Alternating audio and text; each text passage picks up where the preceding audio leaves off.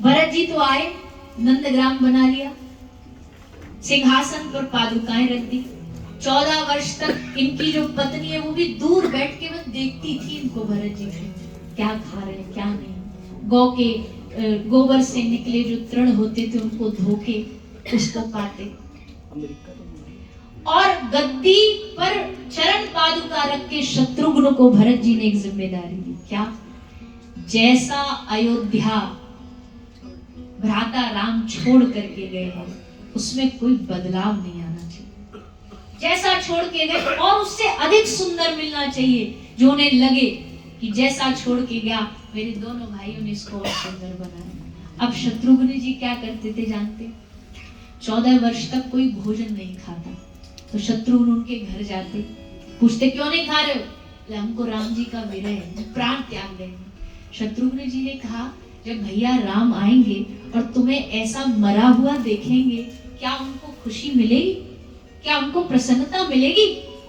अरे बढ़िया बढ़िया भोजन बनाओ। महिलाओं को कहते हैं नए नए भोजन सीखो, जब राम जी आएंगे तो उनको 14 वर्ष बाद नया नया भोजन वैरायटी का बना के खिलाएंगे, नया नया डिश खिलाएंगे, नए नए व्यंजन पकवान खिलाएंगे। गाय कहती हम प्राण त्याग देंगे, शत्रुघ्न जी कहते ठीक है मर जाओ तुम, सब प्राण त्याग दो।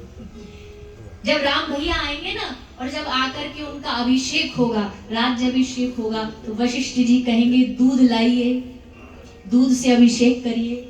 हमारी अयोध्या में तो गैया बचेंगी नहीं, क्योंकि सब प्राण त्याग चुकी होंगी। फिर स्वर्ग से हम गायों का दूध मंगाएंगे, तुम्हारी सेवा तो वंचित रह ही जाएगी। जैसे गौ माता सुनती फिर कहती अब हम प्राण नहीं त्यागेंगे। तीनों माताएं बैठी बैठी रो रही हैं, तो जाते शत्रुघ्न जी जाके कहते अरे राम राम, इस अयोध्या को कैसा मातम बिखेर रखा है, कितना यहाँ पर अशांति फैला रखी है। भैया राम होते तो ऐसी करती क्या?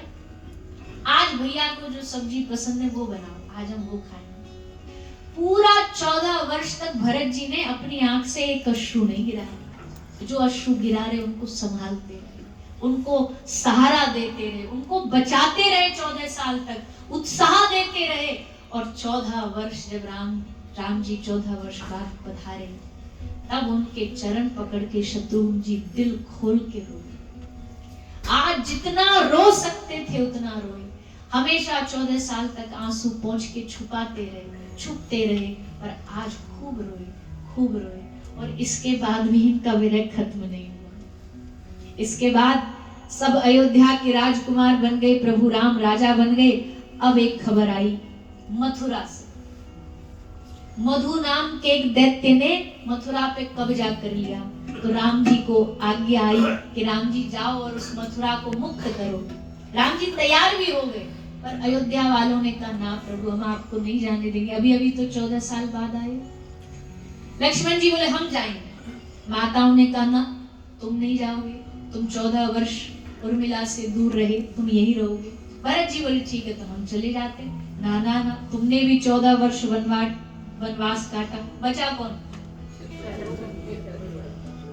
भगवान राम ने देखा, बस देखा भर।